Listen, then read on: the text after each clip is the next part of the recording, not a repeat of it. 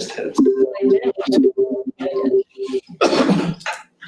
So good evening. It is Tuesday, December 10th, 2024. I'd like to call this Board of Education study session to order. It is 4:31 p.m. Flanagan. Here. Hay. Here. King. Here. McHugh. Here. North. Here. I'd like to move that we approve the agenda as written. A second? Flanagan. Yes? Hay. Yes. King. Yes. McHugh. McHugh. Yes. Sorry. Yes. So I will just remind everyone, we've got a special session scheduled for 6:15. So we're gonna try to keep a steady pace to keep on schedule for that. So. Dr. Meyer. So superintendent updates, you have in your cover sheets there. First thing is the middle school, high school schedule. Actually, I think Brandy is going to come to our next meeting, our business meeting, and present. We talked about doing it in January, and she said, well, I'd like to come in December if I could. So just look at coming December 19th now. Now that isn't finalized yet, but you talked to her, making sure it's okay with all of you. This took place in the last hour and a half, maybe 2 hours. So I think it'd be good for her to come in and talk about the input she's had from staff members, students. It was, I think, a unanimous choice to move toward a 7 from the staff members, all except for one, I believe. She's had some input from students, and then she's having a parent meeting tomorrow evening, I believe. So she'll have some input there. Then she'll share it with all of you. If you have questions, if people are asking you questions, you can have some knowledge of it that way. She's put a lot of time into it that way, her and her staff as a whole. So they've given some thought what's going to be successful. It's actually going to increase some student contact time too, which I think is important.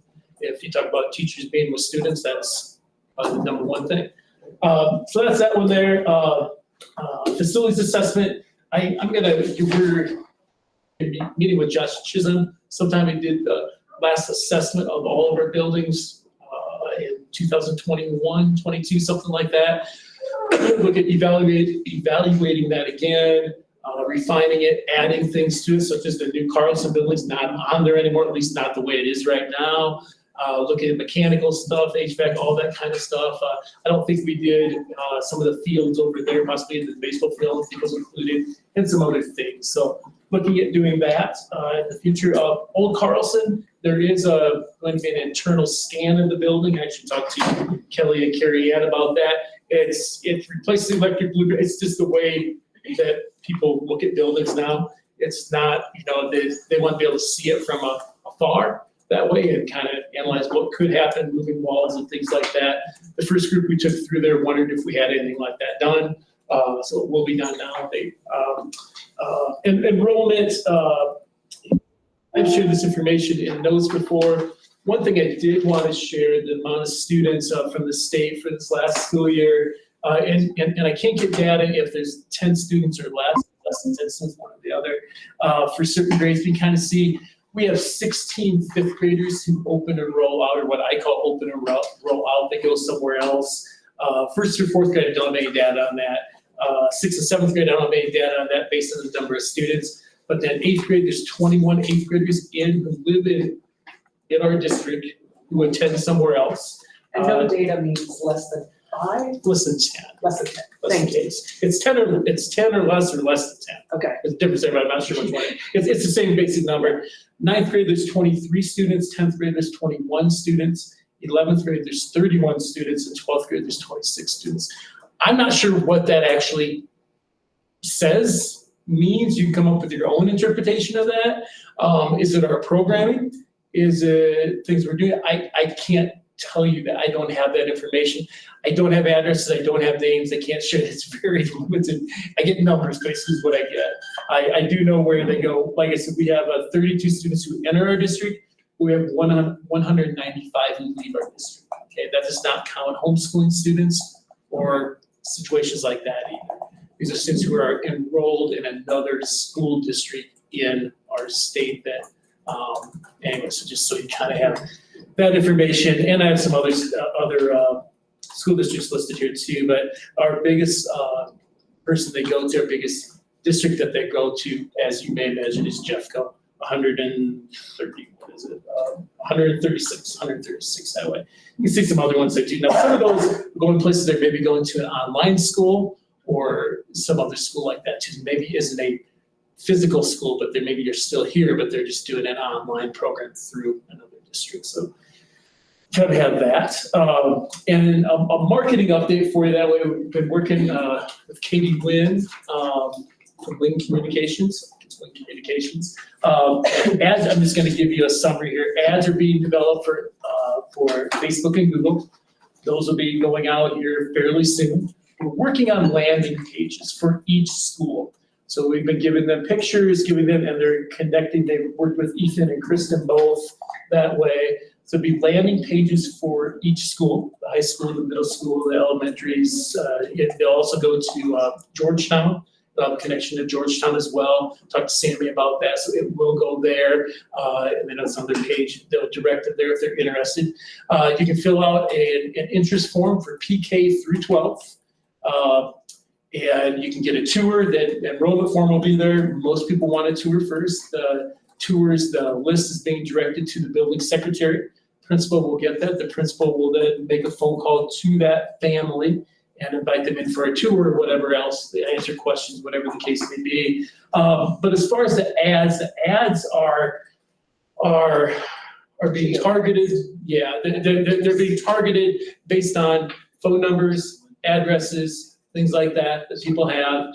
But it's for anywhere from outdoor enthusiasts, community-focused families, young parents looking for college readiness, local business owners, life events such as expecting a child, just moved to a new area, relocating soon, buying home, anything that they're typing in, this is catching, okay? So it may happen to you that you may get an ad, okay? Living in our district, you may get one. If you search something that connects them that way, you may get that. It's not live yet, just so you know, but you may get something like that. It's going to be targeted for Idaho Springs, Georgetown, Silver Plume, Empire, Dumont, Lawson, Donnellville, Evergreen, Floyd Hill. Here's the whole one. Just Wheat Ridge, Denver, Littleton, Westminster. So the whole area is targeted that way. So I talked about district school pages already. That gives you an overview, but open for questions on this. I'm sure I left something out of this. Questions on this or anything else I just spoke about. Carrie Ann's got a question. Carrie Ann, go ahead. Yeah, so I'm glad that we're looking at the landing pages because I spent a couple of hours the other night just kind of going through enrolling my puppy into various school districts and seeing how easy it is or how arduous it is. Ours is fairly arduous. So I'm wondering if it's going to be a little more seamless on that end of it.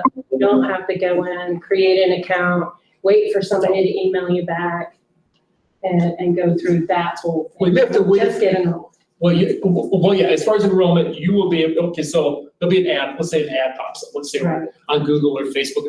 Ad pops up, you're gonna click it, and I'm telling you what I think is true, okay? I should have Brandy here's Brandy. I figured something new. But was it's, right. you'll click on that, it'll go to the district landing page. That way you'll select your school, it'll go to that page, and then you'll have information about that school, but then there'll be an enrollment box there where you can type in your email or your phone number or your information, and then it will be sent to the building, and then someone will be calling you back. And I have a meeting with the principals tomorrow, so we need to make that phone call back in 24 hours, if at all possible, if not 48. But it will be, well, here's what, I'm glad you mentioned how arduous it was, because I was told that ours is fairly monotonous or not. Once you get to the application. Exactly. Well, you're once just getting somebody has to it. contacted you Yes. back and all that, but the feedback I'm getting is, I know what I want to do. I don't need to see the school. I just want to. There will be a direct enrollment form there too. You can Right, pick that okay, enroll and you'll be able to fill, I will verify that, Okay. but you will be able to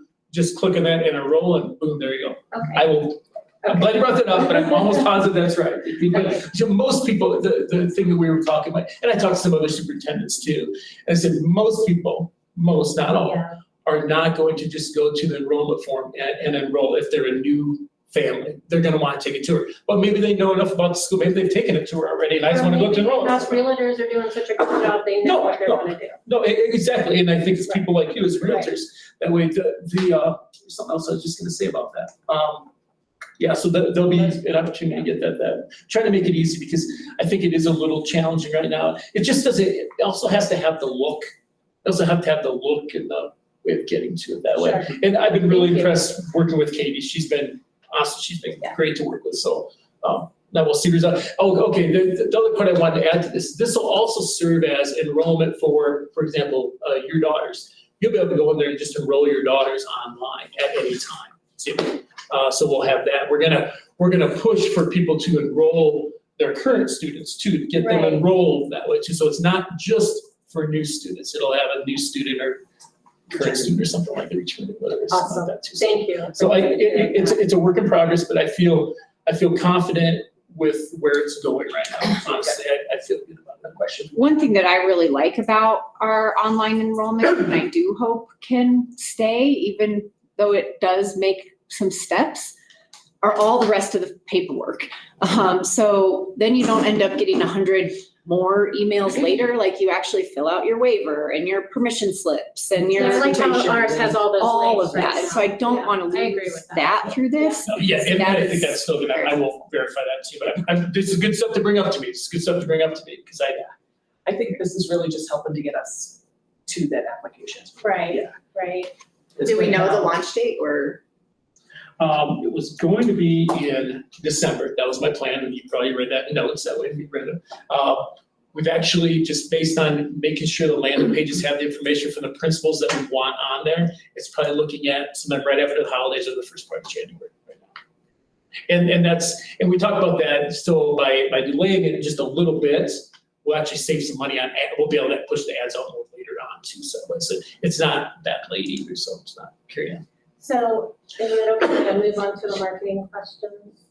Marketing? Yeah, is that okay with you? So do you know the level of detail that they're working on the geofencing? So are they reaching out to households that have kids? Households that have kids that aren't going to Clear Creek? I'm understanding that these are the levels of detail that they can reach out to. They can reach out to a variety of details. I'd ask that question. They're going to go based on someone on Google searches. I'm looking for, just looking for a good public school. Looking for, expecting a child just moved to there, relocating soon, buying a home, starting a new job, starting preschool or kindergarten. Those are Google search Yeah, things, yes. but that's not the geofencing specifically to the accounts that already exist. But it's going to be based also on some phone numbers that way too, and addresses that way. I can ask you a little more Put some of those clarification. questions together and send them. I think I would like to. Yeah, That's fine. You're more than welcome to do that. You're more than welcome to do that. Because I And I didn't realize that we could get to that level of detail. I just happened to have a friend of mine who had been doing Tampa's school systems, geofencing and registration work come and visit us. And I started asking her some questions. Which is good. I was blown away. I'm like, really? You can do that? And she was able to show some reporting. And I'm wondering if maybe Marcy and Jessica shouldn't chat with her and maybe dig into some of the things that, and you. Well, Katie's willing too. Well, right, yeah, Yeah, if She's you gonna be the one we're gonna make. right. Do it. if you can send me some of those questions, I can find out some of Okay. those answers, All right. responses that Yeah. way too. And No, I was blown away. Yes, There's so no. much that can be done. yes, no, why, Right, why yeah. for so, whatever the case is. Okay, sounds good, thank you. Any other questions for me on those updates at all, marketing or anything else? I do not see any of that. This is really neither. You're right. Let's move on to public comment. We'll come back. Well, this will save 10 minutes, I suppose. But yeah, I'm not, Unless she comes. yeah, yeah. Do we have any, no public comment? No comments. Safe. Then, study session topics. Safe. Ms. Lewis.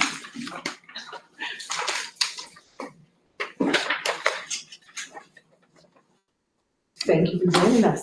Thank you. My voice is a little froggy, sorry about that, but not much I can do about it. As far as the expenditure reports, do we have questions? I have just now gotten access to. Oh, okay, So okay. You I'll can- send you an I was gonna say, email. you can definitely do that. Thank you, I appreciate that. I don't have any questions.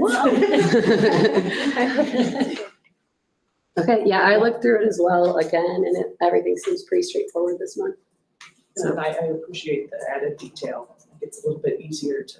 We're starting to relabel and just cross-reference everything to CDE's chart of accounts and compare it to ours. So hopefully, fingers crossed, things will start to be coded and rolling up to our state data correctly. So that's, the goal. Thank you for that work. Absolutely. See, no other questions. Yeah. Thanks, See you Leah. in a little bit. Dave. Erica, are you taking the? I'll let Tom start and then, Okay. I'm gonna start talking about the crisis handbook that was developed, and Erica played a huge role in that, kind of got it going, in all honesty. I remember you called me, I was at the CASE conference, and I got this phone call, Erica said, actually, that time, I'm not sure if we even had your name on my phone number, and I'll answer it, but anyway, I stepped outside, it was beautiful, it sounded nice, I was talking to you, and she asked me some questions about if we had a crisis handbook, if I knew, or things like that. She was interested in getting involved with that whole process here for a sudden death of a death of a student, staff member, similar type things that impact our school community, our community as a whole. So her and I met with a representative from Jeffco, and very informative to me that way.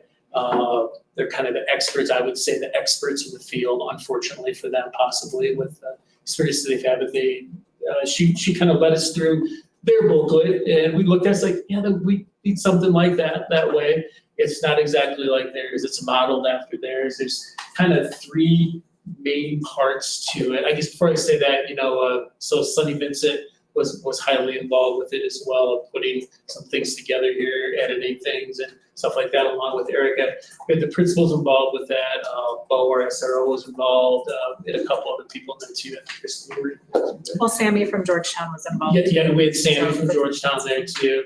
So it's a pretty comprehensive handbook that way. But as you can see in the handbook, there's kind of three parts of it. It's the immediate response after something happens.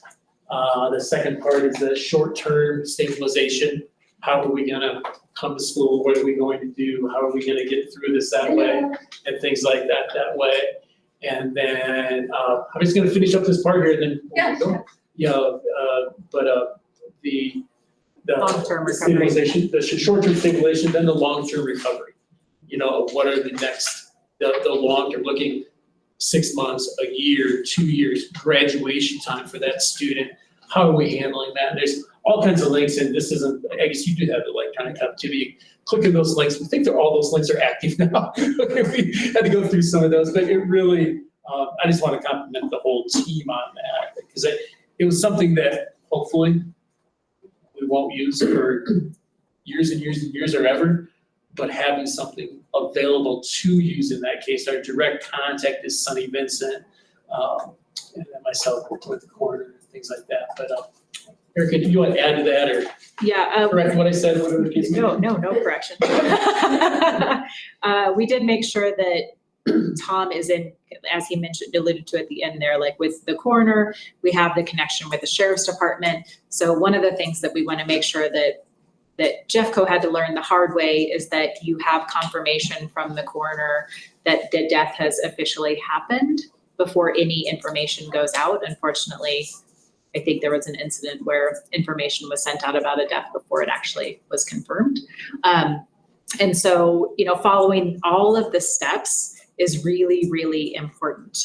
And this may seem like extremely detailed, but I think what we learned from Jeffco is that even skipping one step can have massive consequences downstream with the social and emotional health of, how we recover from this traumatic event. So having this information here is just so helpful. And again, there are so many links and there is so much information here. It is amazing how much information they have put together over the last 20 years to make this work. Something that I want to kind of refer to as well, I think it's in the long-term recovery. Okay, so on the last page that you see there, you can see additional crisis response workbooks. So we have all of this information about if a student or staff member dies. We also have access to additional workbooks for when a family member dies. So if you have a teacher has a student whose parent has died, they can refer to this other workbook with information for how to help that particular student through a really hard time.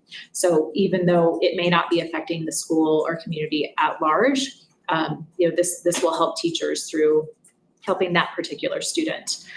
We have a workbook around terminal illness. So like if we have a student who has like a long-term illness, then we can work through that as well, which is obviously going to vary from, once they've actually passed. And then another one that I really this is why I was directing to this page, we have the disruptive or traumatic events in a school or classroom. The reason why I want to allude to this is because we've had neighboring districts have issues where swatting incidences weren't handled appropriately, and there has been long-term, I would call it severe trauma that has stayed with that community from incidences not being handled appropriately. And so I really want to point to the fact that we now have a workbook that can help us with something like that as well. It doesn't actually have to be a death. It could just be something that is traumatizing to students or staff or families. And this will help through those events.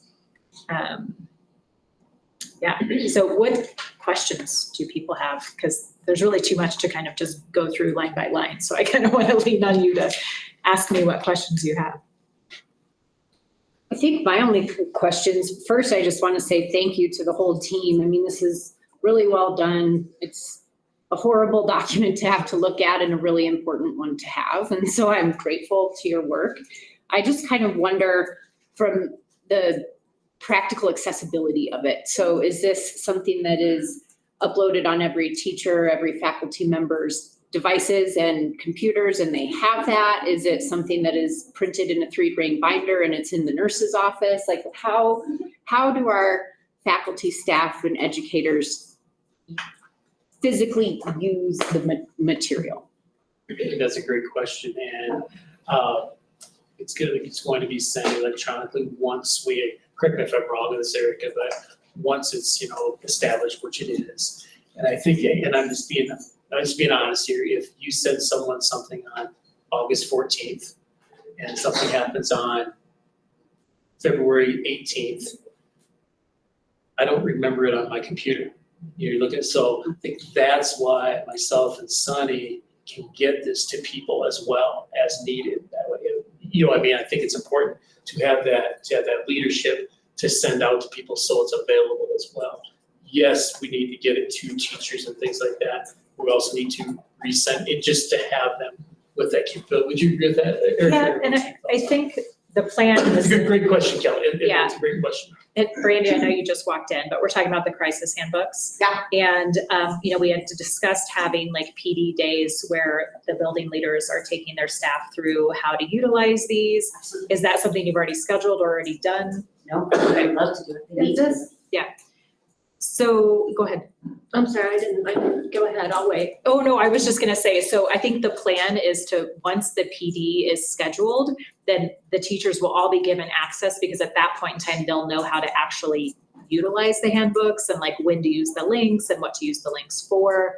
And then I think it's kind of up to building leaders to kind of keep their ear to the ground. Do we have an incident that happened that requires this, whether it's, again, a death, or if it's just a traumatic event, or if, we know a student has a terminal parent, all of that is handled in here. So I think it's then up to the building leaders to make sure that they're listening. I mean, we're a small enough district that should be reasonable. Well, and that was my next question, is just what is the training rollout plan? Because I mean, this is a lot, and I want to make sure that teachers, educators, janitors, our whole team is trained on how to do it, or at least what maybe some of the tools that they might need or could access would be. So glad that that's all in the works. I should have known. Yeah, and we really want everything, just for clarification, we really want everything kind of running up through Sunny, because we don't necessarily want educators kind of just running with something and not actually coming back and referencing Right. this. Like, this is really important. We put all this work into it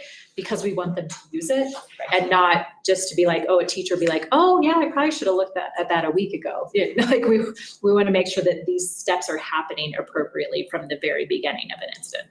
So that was going to be my question, whether or not, like that faculty page, some kind that's only for the faculty, right? And I know that we don't want just faculty running with the thing, right? Because we want to streamline everything and there's a process and steps, but maybe on that faculty page, there's, the name of this and contact Sunny. If you have a question or you have a need kind of thing, and that way they have a place that they know they can go to. I don't know, I'm just throwing it out there. No, I But think- they always know that there's a tool there for them. We have the employee portal, human resources having it, because you gotta log in as a Right. staff member to Right. access that page. It's just so not that out would there in the make- whole public world. Right. Well, yeah, exactly, that's why certain things in here, but no, that actually had, maybe I'm wrong, but I don't remember talking about that part, the PD part though. And we have a meeting tomorrow, and I just wrote down to add that to the agenda tomorrow, okay? I just copied everything off, but it's electronic, it's all good, it's all good, it's all good. I knew, by planning ahead, look what happens, you know? And Brandy's laughing, she'll look at it tomorrow, yeah. Is that- I think you're right though, having it accessible, and the big thing, because there's links on there, you Right. know? And certain links that people may need to go to, but I think it's being prepared for, it's more than just the death too. It's Right. there's other Other traumatic, tools. other family events that happen, I mean, we all It's really have great. those, you know, and we all know students that have those, and staff members that have those too. I'm also wondering, Erica, if, has any of this been discussed with, the victims advocacy? Have they been a part of this? Do they know Yeah. that this is a tool, like when one of our kids or students or families are involved? Yes, so this has been discussed in the Clear Creek Behavioral Health Alliance meeting Okay, for the last couple of that covers months. it, yep. Yeah, so everybody is aware, like Elizabeth Gallagher, like everybody is aware that this Okay, exists. And that, we could potentially, so you can see on, I'm trying to think of what page it was on.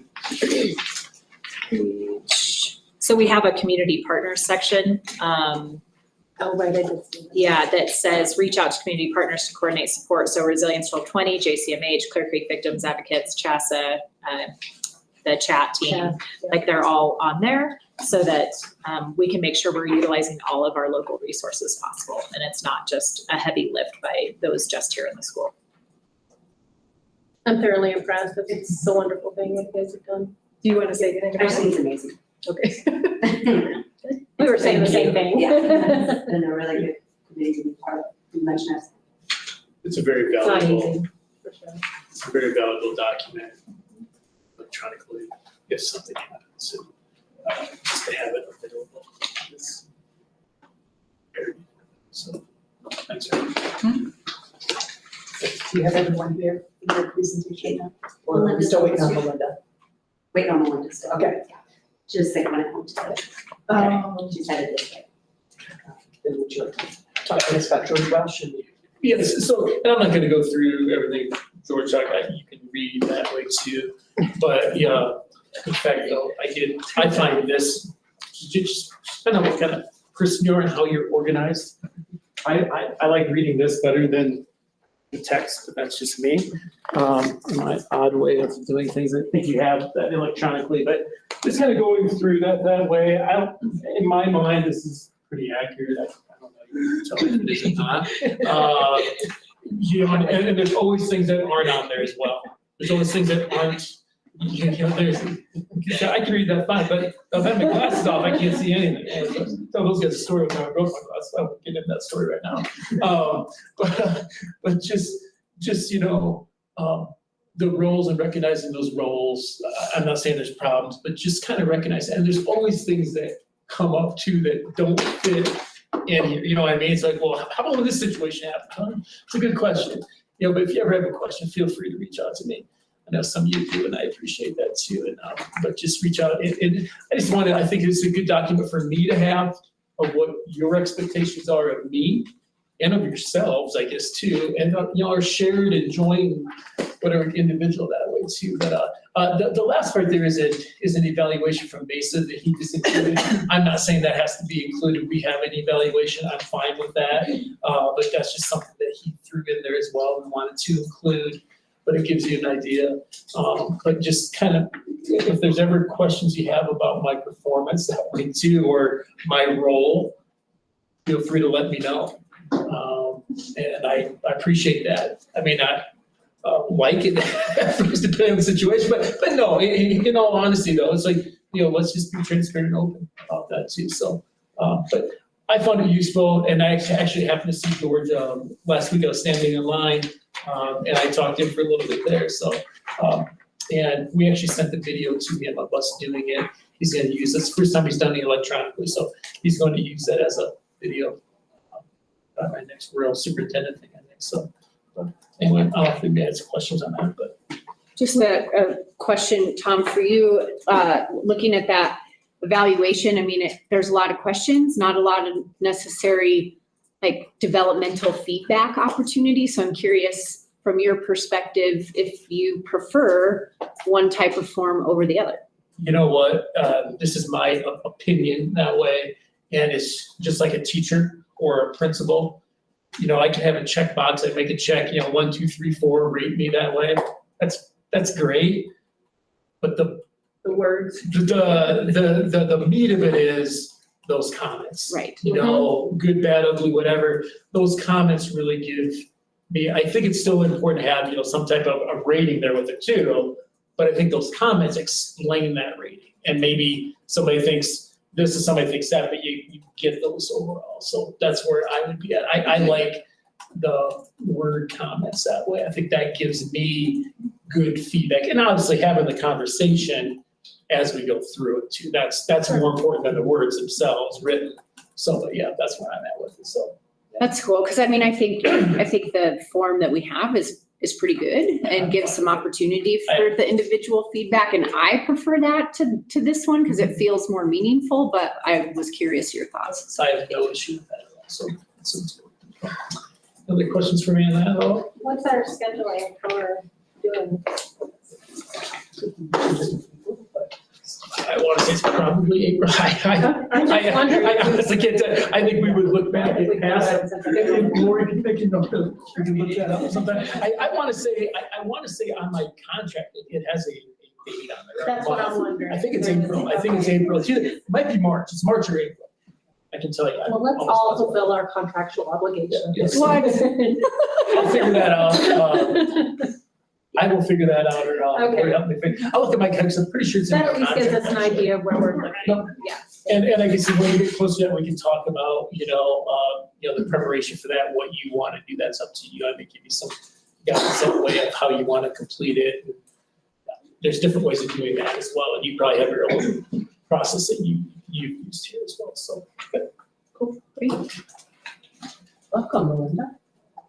We are ready? Yeah. So just give me just a second to share your presentation. And I have a clicker that you can use too. Almost done. All right. Careful, it's very trippy hazards over here. Okay, we like a trippy. Be very careful over here. Yeah. I mean, I don't know. I don't know if that's Up for interpretation. Uh, All right. I don't know where you want this. No.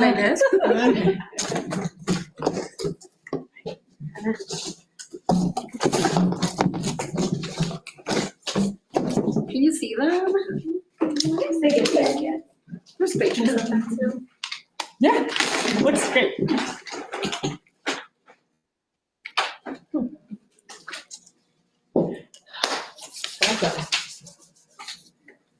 Oh, yes. Awkward silence. What country? What country? Okay, I don't have to. You see saw it. my intentions clearly. Oh,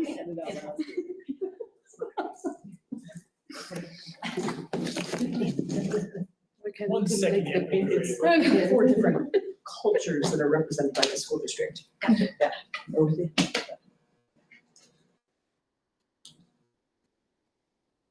Oh, Ethan, that looks familiar.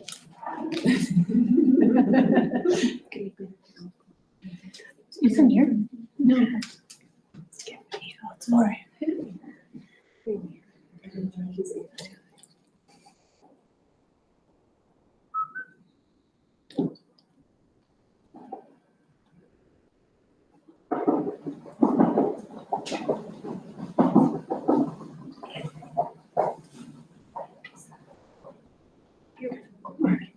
Yes.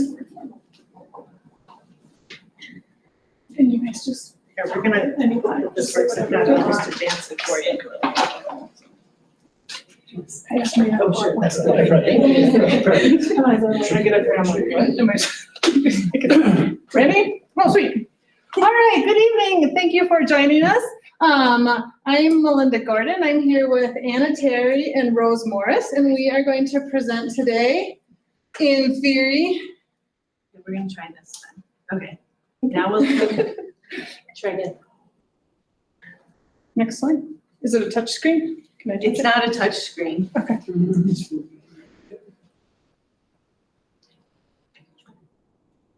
Is it turned on? Cool.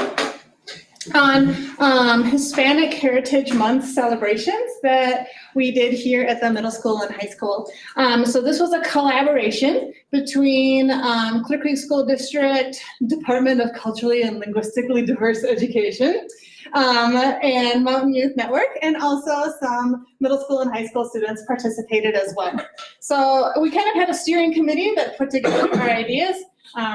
Rose and Anna are here. We also had Kelly Quiroz Hernandez, who is a 9th grade student. She was really instrumental in helping us put this together. And we had a whole bunch of other people participate as well. Tina Matthew, 2 other people from Mountain Youth Network, Lucy Perez and Nico Guzman, a friend of Rose's that we'll talk about later, and as well as Mr. Cordova.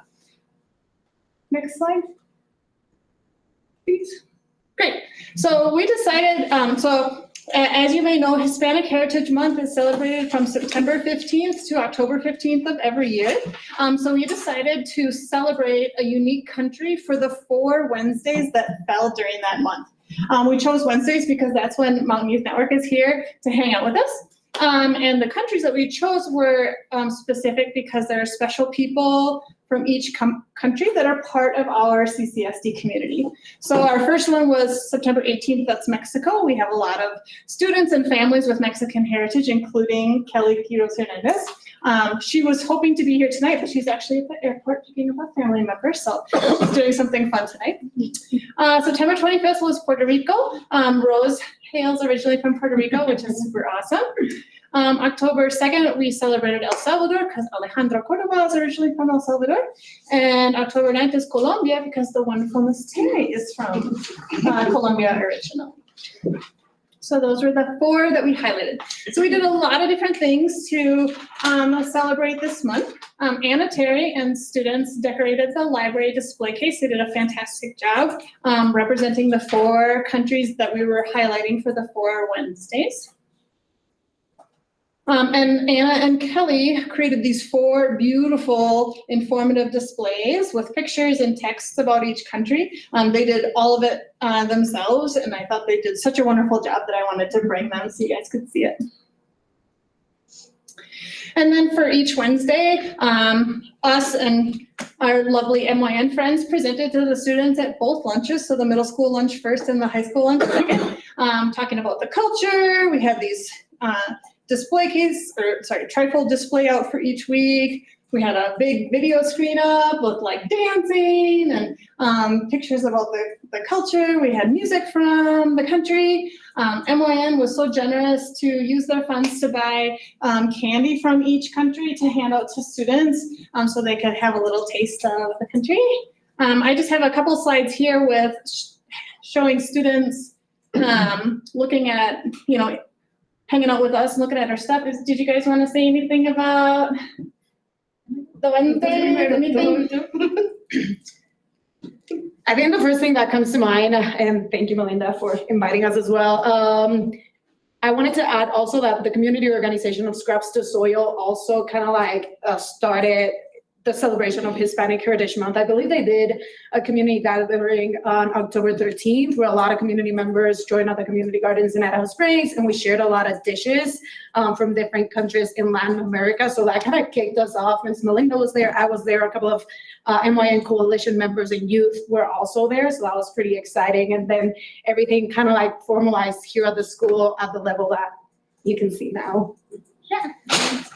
The thing is, I talk with the girls because almost all are girls in the program. And I'm talking with Rose and Melinda because this is the first time that we had the program in bilingual here in Clear Creek. So we're trying to do something different because every year or mostly every day, people think that because we speak Spanish, everybody's from Mexico, which is not right. Because, oh, you speak Spanish, you're from Mexico, you like spicy food? No. You have big hearts? No. So it's kind of different. And the people, I think, don't understand, they really don't understand what that means to be from other countries.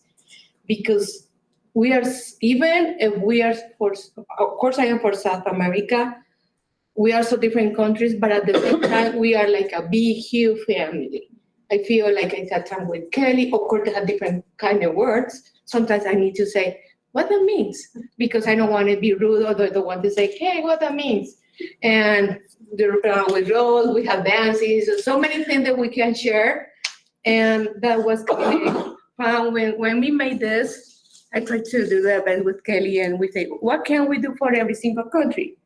Places, food,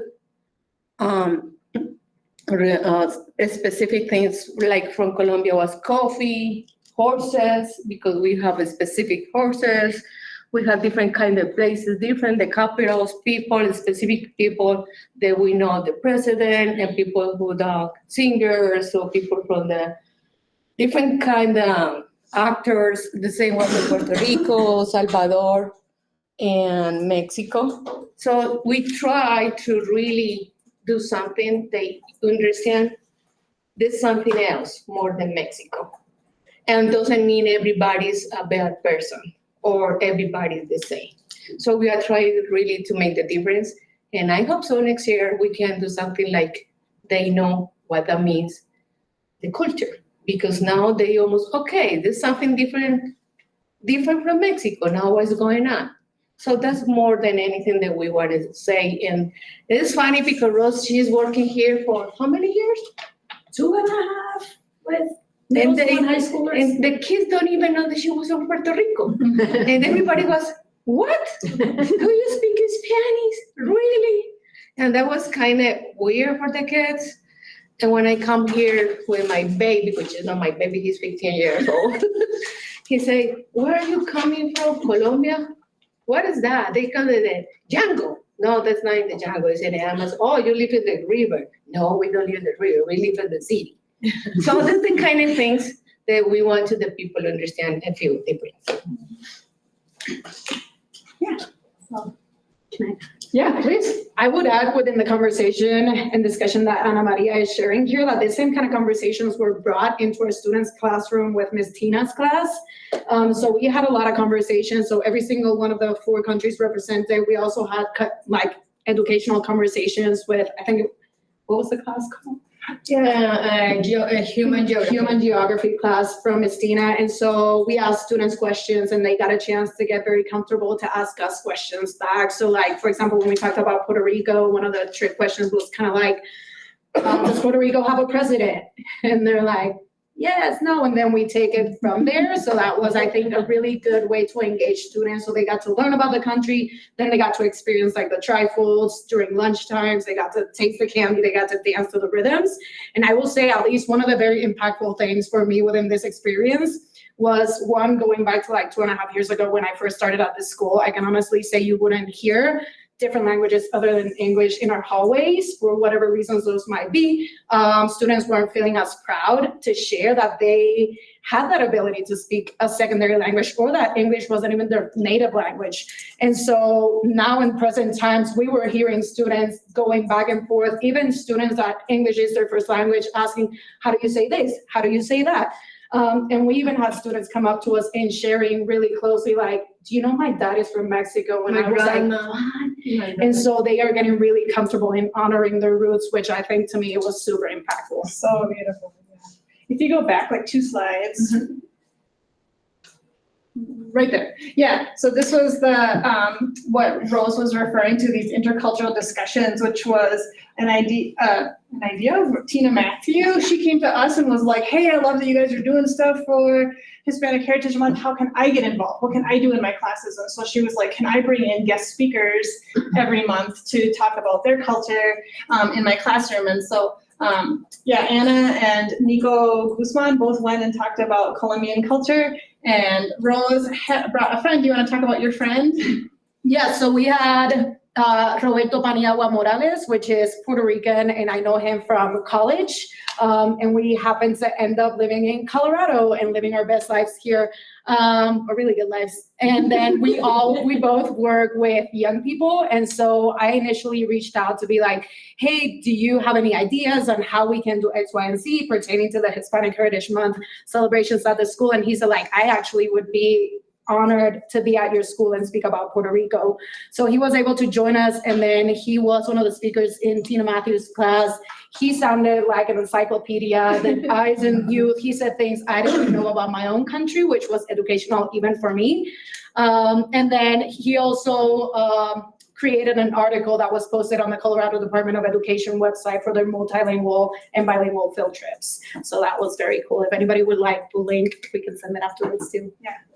Highlighting Clear Creek School District. Yes. That's what we did here, so that's some statewide coverage on that. Yeah, so that was cool that you brought him.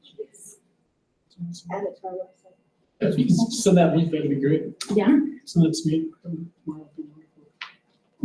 Yeah, and so, do you wanna go to the next slide, please? Yeah, so we're just super excited to celebrate and just really uplift Hispanic heritage with the district and, just make it so awesome. Anything else you friends would like to add? Oh, I forgot about that. Sorry, if you go back like 2 more slides, I forgot. Sorry, one more. There. So the Pulsera project, that was another piece. So the Pulsera project, I will hand around the card and the bracelet. This is a nonprofit that works with artisans in Guatemala and Nicaragua. Yeah, and they this was a piece that I kind of worked on. I found out about this through just an educational listserv that I'm on. And this nonprofit only works with school districts, and the nonprofit has a lot of learning about artisans in Central America, and so I worked with all the teachers in the Connect classes to do some pre-learning and watching videos and doing worksheets and stuff like that to learn about this project. And then on each of the 4 Wednesdays, they have all these beautiful bracelets that the artisans have made, as well as little bags for sale, and students could purchase them. And there was a big trifold display too that the Pulsera project sent to us so they could see the artisans. And you can see on there, each artisan signs their name individually on the bracelets that they made. And so they could learn more about that too as well. Sorry, we're not very organized in our presentation. That's great. Forwards and back. Anything else you wanted to say about Pulsera project? I think I'm really glad because a few people didn't know I was here in exchange students in 1986. She was an which is exchange just- student here at Clear Creek High School when it was down at the other, And she the- came what here in the range? 80s, 86? 86. Yeah. So I really am glad that I can do something for the school and different, and they notice that even if we are here, we have different culture and we want to share what we know. Final words. I just want to share that this work doesn't end with this. We're super excited, like Anna and Melinda said, to continue this work and increasing cultural awareness within our students and our broader Clear Creek County community. Right now, these 2 people have been collaborating with us to provide even equity practicing spaces. We're going to be talking about potentially what can we do for MLK Month, or Black History Month, and celebrating MLK Day. And then potentially celebrating other things. So I think this has sparked a conversation with other students that are for example, from India, we have students and they're like, well, what can we do for Diwali and what can we do for like Dia de los Muertos? So I think this is gonna lead to a lot more celebrations of the diversity that is in our community, which is really great, and we're thankful for the opportunity. And go to the last slide. Thank you for joining us. Do you guys have any questions? Thanks. Thank you so much. Thank you. Thank you.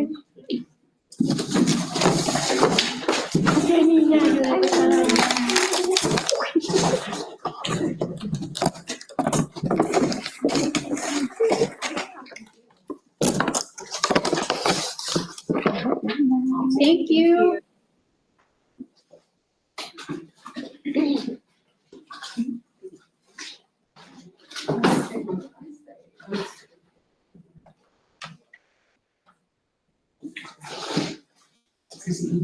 CCEDC, this was brought up at the last meeting, of the resilience team.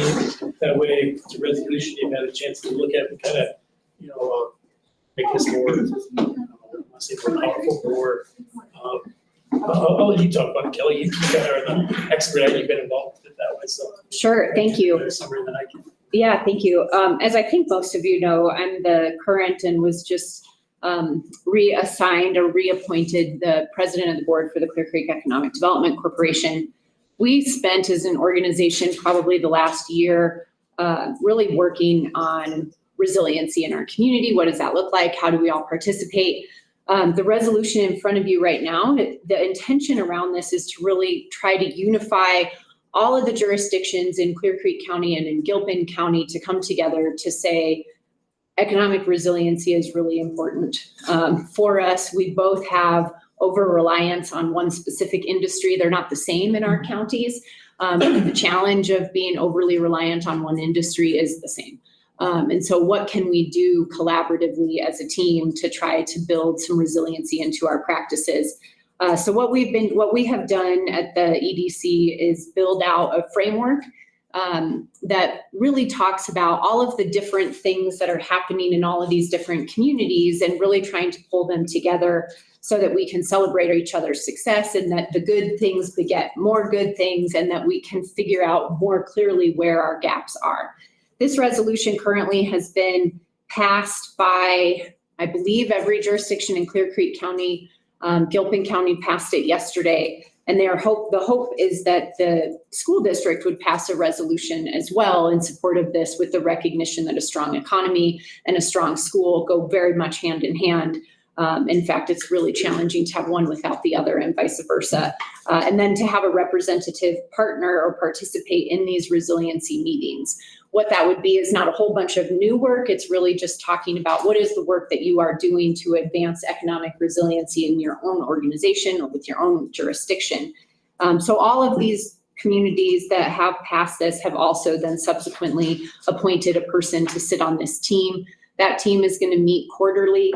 We will announce that team formally in February at the second. I guess it would actually be the first annual, because you have your inaugural and then it's your first annual resiliency breakfast that we will host likely in Gilpin County in February, where that team will be introduced to the broader community. And I think with that, the rest of this is pretty self-explanatory, I believe. And then I think just for one little point of clarification, even though the name is Clear Creek Economic Development Corporation, it is absolutely encompassing Gilpin County, and that is because of the economic development region that we are in Colorado and the way that our loan program works. So if you wonder why Gilpin County is part of the Clear Creek EDC, they are, and thankfully they haven't asked us to change our name. What questions do you have? I was wondering, could we see some of that framework you were describing? Like, is there? Yeah, it's available. It's about a 95-page document. Okay, so it's what came out of the meeting. It's what last came year. from the meeting from, well, this year, February. So, we're almost to last year. Yep. And so what we've done is we've taken all of that feedback from that. We've put it into a document, as well as all of the studies. Are both jurisdictions, all jurisdictions are really good at studies and plans, maybe less good at implementation. So what we really were able to do through this document is capture all of the economic development frameworks and plans, the multi-jurisdictional housing frameworks and plans, the consultancies that have come in and given recommendations, and we've got all of that in there. And the intention is really that this document is a living document where we are able to check mark done when we have successfully completed things, that we are able to add if we need to. And one of the things that I think is important to know and was challenging for some local governments was we did include all of the constituent feedback. So there are some things that are in there that are just not practicable for whatever reason. Like the example that has come around multiple times is somebody recommended that it would be a great idea if Guanella Pass was open year round. And maybe that's a great idea. We're not arguing the merits of that idea, but the practical reality is that the county can't afford to plow Guanella Pass all year long. And so it's closed. So we did have to talk about how we can restructure that so it doesn't feel like that's a directive to any jurisdiction to do anything. So that has been adjusted to just have an addendum in the back with community feedback. I believe, and I'm going to check now to check my facts, but I believe that the whole document is available online as a downloadable doc. And I'm looking right If we can just make sure that that's shared so that we can. More questions? Do you have? I have one question. Kelly, can you just kind of give me, because I'm not sure where I was or why I wasn't paying attention, but when Clear Creek Economic Development Corporation essentially became a partner with Gilpin, what did that do for the I don't want to say financing, the monies, how did we, is that working, that, are we getting double the funds and they're dispersing equally, or how does that work? And are we collecting more now? No. Clear Creek, are we collecting less now? I think I understand your. Yeah, I think I understand your question. We've got that, Yeah, so we're structured a little bit differently. So the way that the Economic Development Organization is funded is through proceeds from giving out the loans that we do, the small business loans. Right. So we get a chunk of money from the Community Development Block Grant. Those are awarded. We live by the loan proceeds. Clear Creek County has more active loans than Gilpin County does. In fact, I think we only had one loan in Gilpin County, and that business is no longer a business. So we have a strong desire to have more loans in Gilpin County. That being said, Gilpin County sees the value of an economic development plan, resource, and strategy. So they have taken it upon themselves to give some financial contribution to the Economic Development Corporation from their general fund. But the county, Clear Creek County, does not do that. Instead, it's the pass-through to administer the revolving loan funds. That helps me a lot. So is this essentially like a subcommittee of the Economic Development Corporation? Yeah, and it's really kind of saying, okay, Amy Saxon, you're doing all this work on transportation. Can you report out once a quarter on the things that you have done? So we're not asking anybody to take on anything, just one meeting to report the things that you're already doing, so that we can really catalog kind of the lion's share of all of the work that we are doing. Did that help, Carrie? It does help, because, when you see the partnerships being out there, and I've seen it a couple of different ways and a couple of different scenarios where it didn't necessarily benefit us as a county, but your explanation here has helped me understand that a little better, And Gilpin County does participate right now. Our current, we just had board elections while we were at CASB. So we now I'm the president, and then Brian Bossart, who is our county manager, is the vice president. Jim Epstein is our treasurer, and then Ray Rears, who is the county manager for Gilpin County, is on our executive committee, so that we really can work more collaboratively and closer. And then in addition to the board of directors for the EDC, there's the loan committee. That's like a totally separate other committee, but we have representation from both Clear Creek and Gilpin counties on that as well. So I think the ask, to just get to the ask, is that the school district would pass this resolution and appoint someone to participate in the resiliency meetings. I am gonna be there at these meetings, so I'm happy to kind of do double duty if that makes sense. I'm also happy to welcome someone else into the fold on this. I don't necessarily know what our role would be. I think a lot of it is really reporting kind of in a marketing place, and what are the career pathways that we're looking at? How many students are participating in these incubator EDU programs, the DACA club that we had heard about. And then I would also just add that the EDC has been and did put in the budget this year to continue to be a financial supporter for the incubator EDU program. So I think the partnership between the two is coming together even better over the last couple of years and really seeing how that's working. And we've found that the support of the incubator EDU program is a better use of our money than scholarship dollars, because we could not find students to apply for our scholarship. So then it would just be unspent money. This we know has a tangible return. So we are very happy to make that shift. What are the other organizations that are participating in this? It's all the local governments. So Okay. cities, Got it. so right now Silver Plume passed the resolution, I believe last week, and then Gilpin did today. And then Lindsay is gonna go to Black Hawk and to Central City for them to pass individuals. But Idaho Springs, Georgetown, Clear Creek County, Silver Plume, and I think she has an Empire portion as well. Great, thank you. You're welcome. Any other questions? Thank you. Thank you.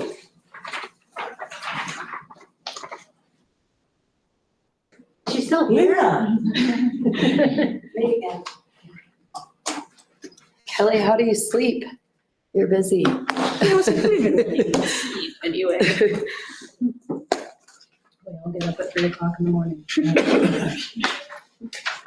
I'm like up for the fourth time at 3:00 in the morning.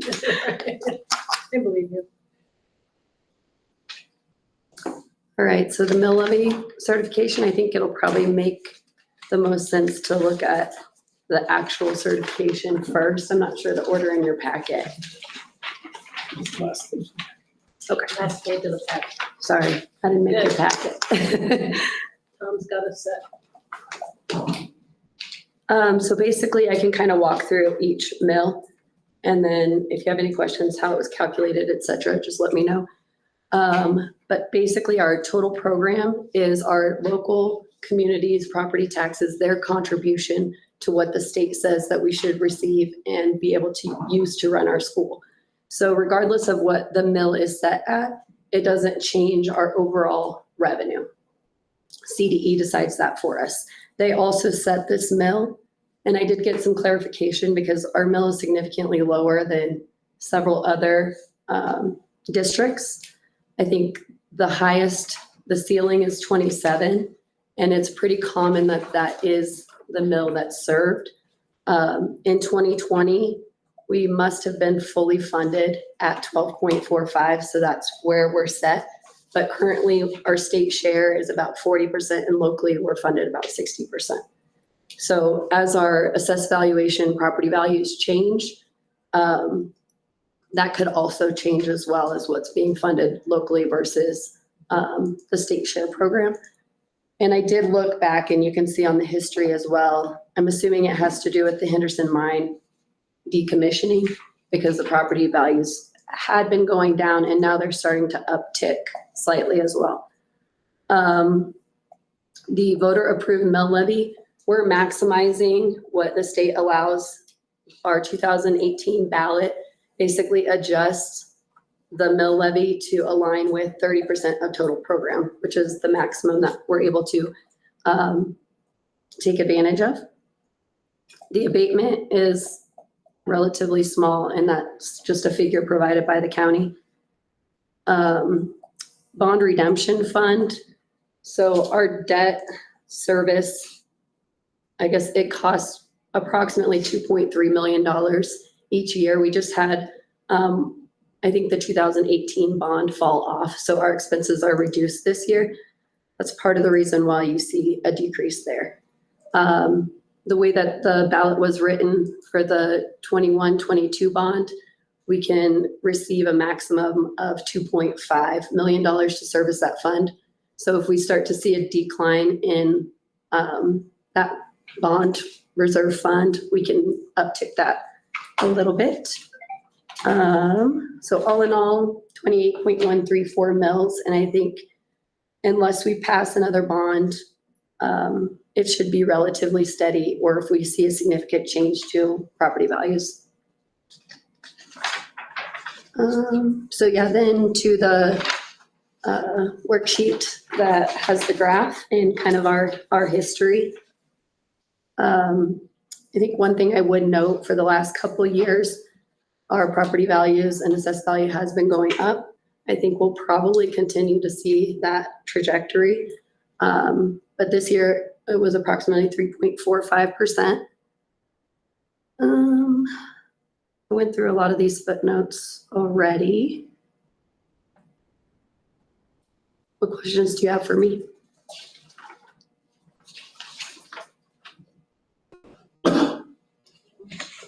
Okay. And just so you know, we have an internal kind of calculation, and then I cross-reference that to the states. They also just came out with the state run, so I feel really confident that we're aligning with their total program amount. Thank you, Leah. Yeah. How much fun was this for you to do for the first time? Actually, I like learning new things, so, and it was one of those things kind of hanging over my head. Everyone talks about the mill levy override, and I didn't fully understand how we got there. So, and CDE, they're great. And also CASB, through that organization, I joined a mentorship program.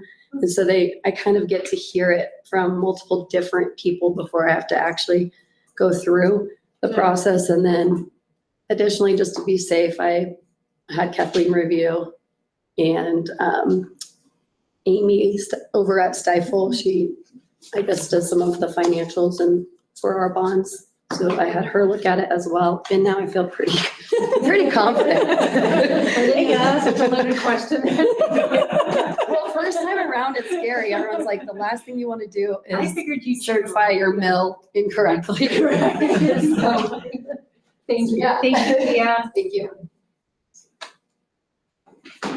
On to policies. We've got two on second read. I don't think we had any additional feedback on these two. There are no changes made since the original agenda change this is the last meeting. I was listening to this, obviously remotely, and maybe there was background search or whatever, so I didn't quite hear, but, as far as when we're conducting an interview, I remember somebody mentioning it. I'm sorry, I'm not finding it in here right now. But what is the practice of whether or not we do or don't contact the parents? What was the subject there? I heard the question. And it's this year, and that's where my question was, so. Okay, gotcha. Okay. Yeah, so we were talking, we had written if a student was significantly developmentally disabled, and we said, how do you define that? And so we said, why don't we bring it back to if a student has an IEP or 504, that I felt that we should make sure that the parents are there. I don't feel like that verbiage right now quite captures that.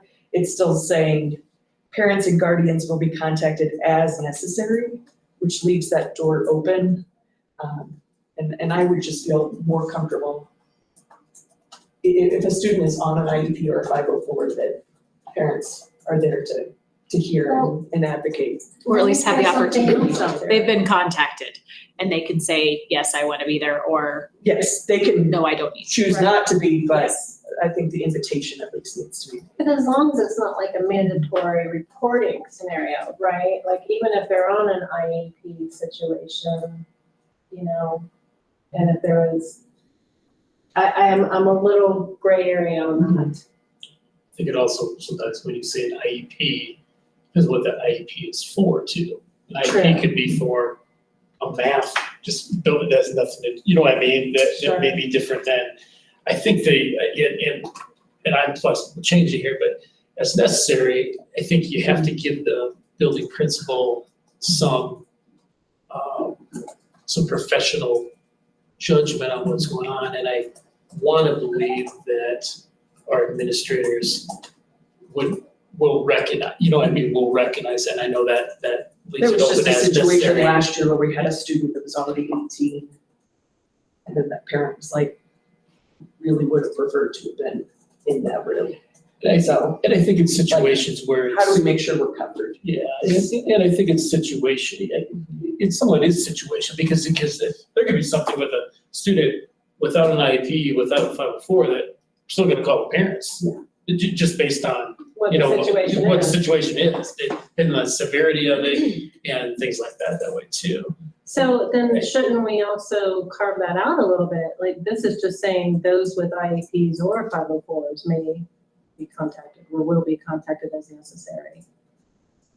I mean, I think in some ways this is getting to kind of where my concern was originally was, are we creating a problem for ourselves if we aren't at least attempting to call everybody's parents if we're needing to do an interrogation? And I just worry that we could be put in a situation where we're being accused of a reverse discrimination or something like that, because since my kid is not on an IEP, you're not going to call me if you're going to sit down and interrogate them. And now have we created a dynamic that is challenging and potentially has legal ramification? And I don't know the answer, but that was sort of my general concern to begin with. And now I feel like we've gone from a term we can't really describe to saying we're only going to do it for these set populations. And maybe that is fine, and maybe that is what we mean.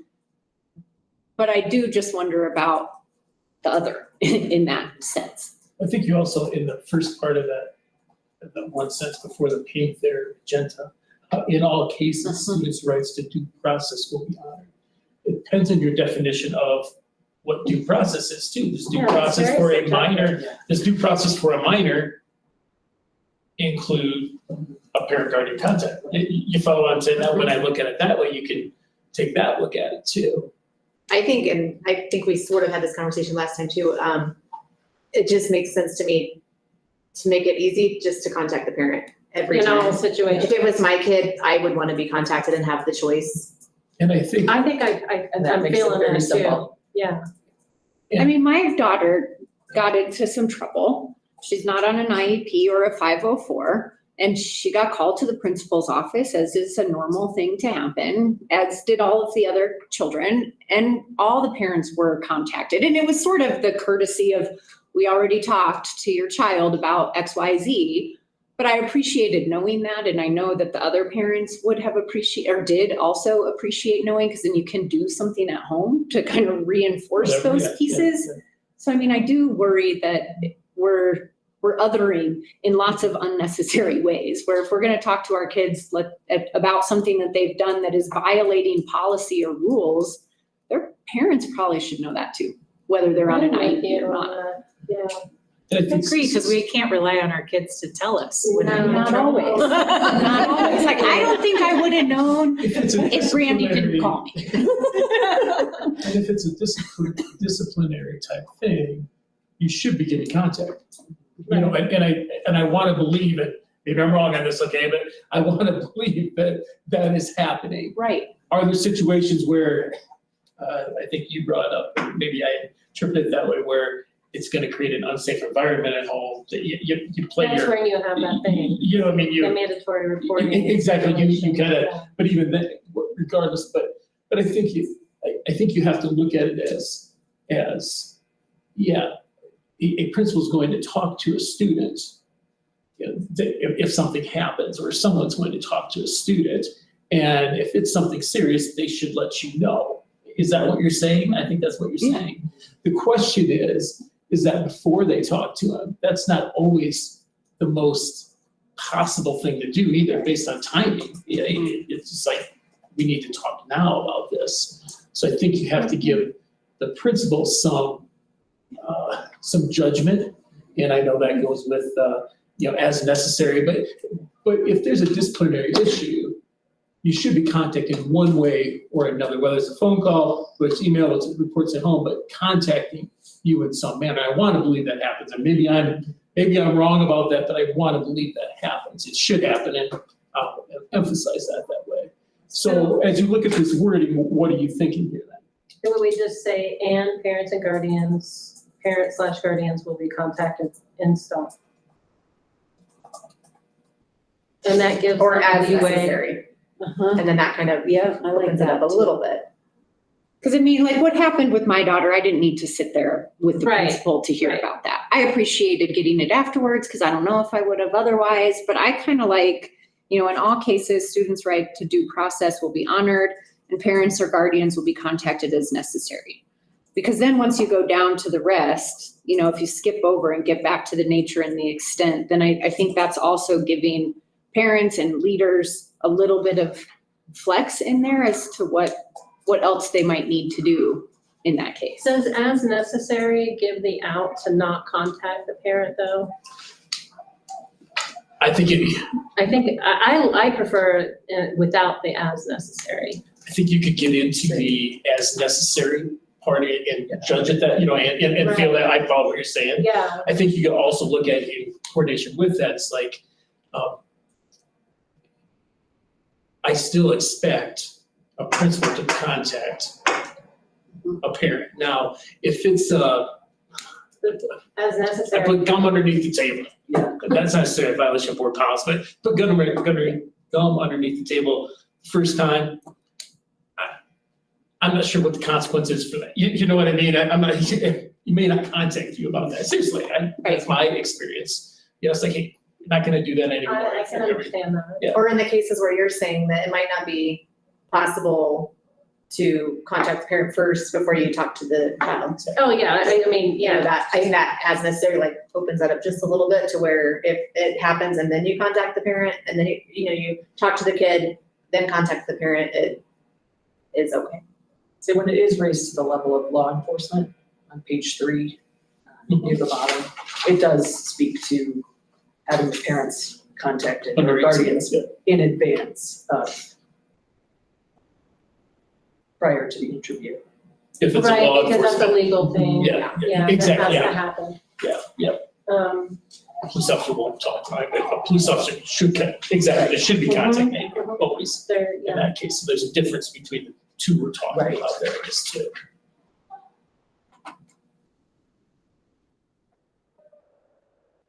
Says the as necessary. Yeah, I'm still hung up on the as necessary. I mean, the reason I like it Okay, yeah, let me know. is that I don't want to be in a situation where the gum under the table now, Brandy can't deal with Phoebe about that because she has to call me first. And honestly, I don't care about gum. Well, I'm not. You care about it, but you don't need to contact them right now. Necessary doesn't mean you So- have to contact so- beforehand though. But I'm also like, I don't know. So I mean, it's sort of like as events as they warrant or whatever it might be, but I understand the wiggle room that we need. And I want to make sure that we provide professional wiggle room because I don't want it to be like, well, I could, and then what happens if I can't get a hold of the parents? So now I can't actually tell them that the gum is a problem. And now you just have to sit, not in class, but in my office as I'm repeatedly trying to call your mom. Well, and I can, So just I worry can about see that. that. I don't want to put any words in here that are saying that you have to contact before you speak to Yeah. my kid, because that's Yeah, a different okay. thing and that legal thing. I'm just saying that at one point they'll be contacted. Are And I you, guess it doesn't really say that, it's not saying Before or before, after. yeah, it's just saying that they will be contacted. I think the one Contact, thing yeah.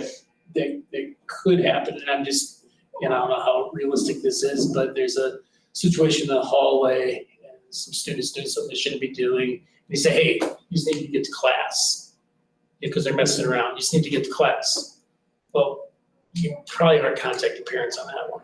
You're probably not, it wasn't anything, But is that really an interview by a school administrator? I guess it's not an interview, you're probably right there, Kate. Well, and maybe what we could do just to wordsmith this all the way to death, is maybe we just have after such violation has occurred, period, go down to the nature and extent of questioning, that sentence, then the added translator sentence stays, and then after that, in all cases, students' right to due process will be honored and parents will be contacted.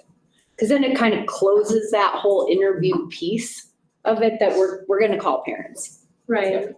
Just move that sentence to the end. That would be my recommendation. And you get rid of as necessary for students with IEPs and 504 plans that may impact their ability to communicate effectively and accurately during the interview. Get rid of all that. And move the, in all cases, students' rights to due process will be honored and parents and guardians will be contacted. Yeah. And move that to after the. To the very last after the sentence. translator will be. Yeah. Okay, I can do that, and move that around for the next meeting. Sorry about the loud waves. Now you're just rubbing it in. I know, right? Alright, student dress code.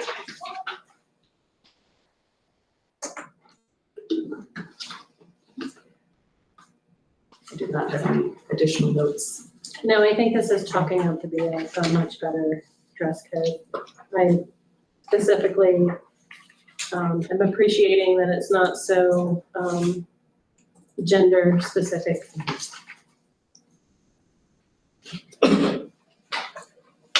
First reads. So we had some feedback on these. Yes.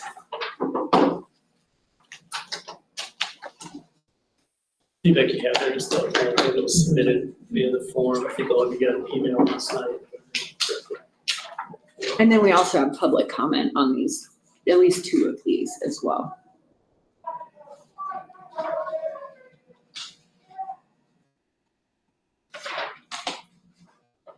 So as I'm understanding. Which one do you want to look at first? Go ahead. Look at GDD first. Yes. Okay. Go ahead, Karen, sorry. As I'm understanding, if we were to postpone this, that means our calendar won't get out until February? Not this. Yeah, it's not GED, it's. I know Kristen talked a little bit about these, but let's talk about GDD Yeah, let's first. do that way. first. We do that. That's about staff vacation holidays. Do you want to talk, I have some of these written here, but you want to talk a little bit about what Kristen talked about that? Yeah, so really, we're just trying to get back to updating the G policies from going from the 5-day week to the 4-day week. And one of the things that was in the policy was like the Friday after Thanksgiving, which then people who work 4-day weeks say, well, you're giving me a holiday that I don't work on anyway. So it's really updating that for the 4-day week. And then also there were these arbitrary 5 superintendent holidays that could be, like if Christmas Day, which we have off, fell on like on a Wednesday, the superintendent could give Thursday or Friday. If 4th of July fell on Wednesday, they could give Thursday or Friday, Monday, Tuesday. This just streamlines it and really kind of aligns it with what other districts in our area are doing, which is taking away the arbitrary 5 superintendent holidays so people can plan, because if you don't know what they are, you don't know what they are. And then we're just shutting the district, which seems like a natural shutdown anyway, for the week between Christmas and New Year's. And this is really just for year-round staff. Yeah, it's not. And this was approved, as I put it there, approved in. Yeah, this looks very, very familiar, yeah. Yeah, it just never got a second read. I don't know why, so we're starting it over with the first, it's not, Yeah. would it be right to do Yeah. it? Nothing's changed from the first read in March of 2023 till now.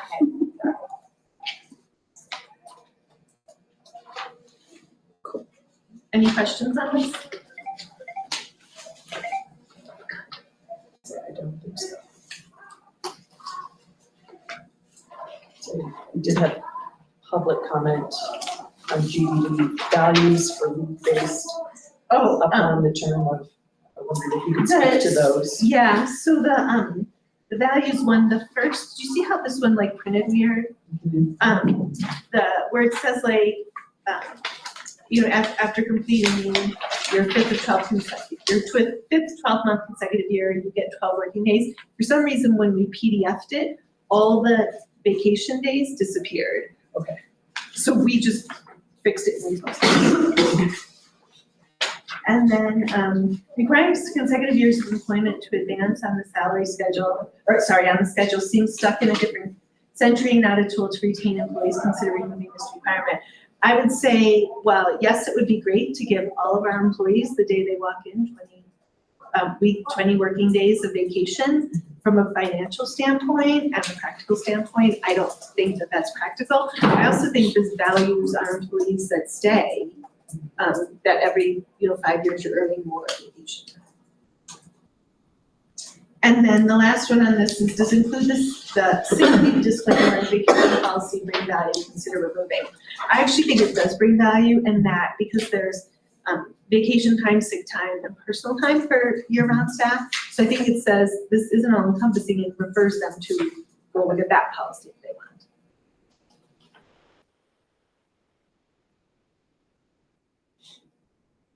And this all just applies to full-time. Year-round, Year-round. not full-time.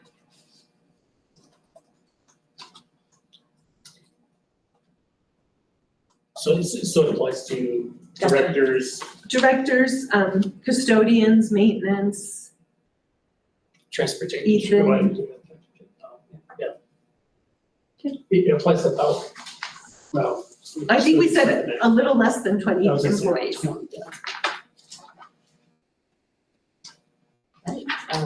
Policy GCL. GCL was one that talks about the hours and days from the past year where 180 days to 168 and the 150 for student teacher days that way. I know there's been some conversation about that. I know you got an email yesterday. I sent an email to all of you also, but looking at just talk about this briefly here and seeing where we're at. I'll let Kristen, you want to go ahead? Our teachers, go ahead. What do you want? Well, our teachers have a according to the collective bargaining agreements of 100 up to 168 days. They currently work 166. As I mentioned in the cover sheets there, at one time when we first went to, and correct me if I'm wrong, as anybody. When we went to a 4-day week, we went to 166 days. And then they had the nifty 50 to make up. I don't know how they got 50 hours. I'm still not sure how the 50 hours came about. It doesn't calculate out. That's what I said. No, right, okay. It was cute and it made sense. But teachers that first year, from my understanding, kept track of their hours, their extra 50 hours, and then submitted those. Then it became after that, it's like, what, we really don't need to submit these anymore. We trust that you're working, whatever, it went from there. Just changing it can't stay at 180 days here. We're in violation of that, obviously. In the collective bargaining agreement, it's at up to 168. And then the student thing's 150 days, plan for student teacher contact and instruction days. So, go ahead. Okay, so when we look at all our different categories of staff and we look at in this policy, it states that employees shall work 1,530 hours, licensed employees. So when we were a 5-day week, they worked 180 days and it came out to 1,530 hours. I'm gonna assume that the math works. I didn't math the math, but that would make sense. When you go from a 5-day to a 4-day, the math doesn't math, which is why I think we had the nifty 50, which sounded super sweet, but it's really like 34 hours. So by adding, and then depending on how the calendar falls, how many 5-day weeks you get in a year, how many 4-day weeks you get in a year, when we calculate this out, we look at the number of 5 days, the number of 4 days. So some years, it's actually like you're missing 35. Some years you're missing like 30. So when you make it 168 days, some years you're over by 5 hours, some years you're under by 5 hours. There's the calendar isn't consistent. We've got leap year, holidays move around, all that kind of stuff. But 168 seems like a fair, reasonable number because it gets us close to where the 1,530 hours coincides with the 180 days that they were working. And then we're honoring what you have in the policy of the 1,530 hours. I would also say that, yes, the collective bargaining agreement says up to 168 days, but we need to look at the fact that teachers were working 180 and now they're working 2 days less than the equivalent of what they were working with a 5-day week. yes, all educators and all staff, I would argue, work more than 40 hours a week. But if we're asking teachers to work 168 days in their classroom or 30 hours, that's in their classroom. The other expectations are other duties as assigned. I don't think that when we look at all of our other groups of employees who are working their calendar number of days, I'm not sure how we can say, well, it's okay for one group to work 2 days less than all of our other groups who we're expecting them to work the same calendar based on a 4-day school week. To Tom's point earlier with the follow-up email last night, if you approve on first read in January and you approve on second read in February, this is holding up me getting out the next 2 staff calendars. And I can't get out staff calendars then until at the earliest March, probably April. Because to build a calendar takes more than a day. It's a process. There's math calculations, like it's not, so then we're holding our staff up from planning. Questions? There's obviously no action on this tonight. This is a study session, so what questions you have, this is I had a conversation with a couple of you when we were planning the agenda too about this, and some conversation was had about, and I'm just gonna read some things Kristen said, probably okay, but one was, I know our teachers put in more than 2 extra days. Okay, let's all be honest with that, they do that way. One, so just kind of keep going where we make it 166, but then it disagrees with the collective bargaining agreement. And we need it in there that way. I haven't got an answer from Brent on that either. The other part of it, you could have principals monitor that, kind of like probably what they did the second year of the 50-50 when they just monitored it that way. You can do that. Question then is, are all principals monitoring it the same? That would come down to my guidance with them to make sure we're all monitoring it in the same way or very similar way, which is different between buildings too, let's recognize that. So there's some things to think about that way. And one is to make it 168 where they have to be here on certain contractual days and things like that.